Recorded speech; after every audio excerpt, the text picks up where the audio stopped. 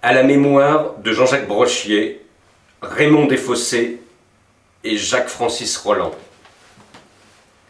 Vaillant, l'homme sans plaque. J'ai entre les mains l'exemplaire de 325 000 francs, en édition Le Livre de Poche, deuxième trimestre 1979, avec lequel j'ai découvert Roger Vaillant. Je regarde la couverture. Une usine à l'ancienne, comme celle de Saint-Frère à Flic-Secours dans la Somme, que figure un dessin anonyme, qui eût pu être l'œuvre de Raymond Moretti, des traits, des griffures plutôt, presque cubistes, qui symbolisent des pylônes sur un fond rouge sang. Comme le sang du bras de Busard, le héros de l'histoire, happé par la machine infernale. À l'intérieur, j'ai écrit de mon écriture de jeune homme, seul, ou presque, lu en octobre 1980, et j'ai signé. C'est bien d'avoir des repères dans le temps. J'essaie de me souvenir où et quand et dans quelles conditions j'en ai fait l'acquisition. J'étais revenu vivre chez mes parents à Tergnier, après avoir fait des débuts dans le journalisme à la revue Rock Best, 23 rue d'Antin à Paris, où les rémunérations à la pige, en dents de scie, ne me permettaient pas de vivre de manière indépendante.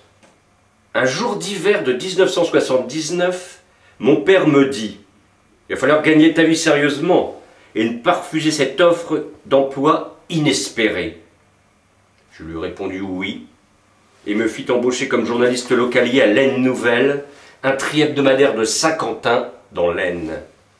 Oui, c'est cela, la mémoire me revient. J'étais journaliste localier à l'Aisne Nouvelle, j'avais 24 ans. Je me revois entrer dans les locaux de la librairie Feldbach à Tergnier, ville cheminote, ouvrière, souvent rouge comme la couverture du livre. Odeur de vieux papier, d'encre fraîche, de gomme douce comme les ventres des couleuvres.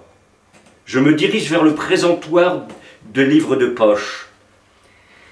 Pourquoi jetai-je mon dévolu sur ce livre, sur celui-là précisément? Difficile à dire.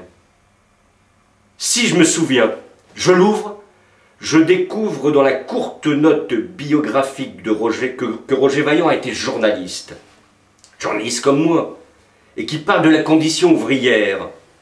325 000 francs est la somme que doit se procurer Busard s'il veut obtenir la main de Marie-Jeanne. Il va s'atteler à sa machine, esclave d'un travail inhumain. Sera-t-il plus fort que l'engrenage dans la cadence obsédante rythme ses nuits et ses jours?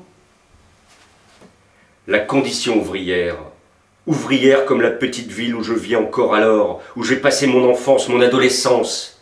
Je parcours les premières lignes du roman. Le circuit cycliste de Bionas se dispute chaque année le premier dimanche de mai entre les meilleurs amateurs des 6 départements, l'Ain, le Rhône, l'Isère, le Jura et les Deux-Savoie.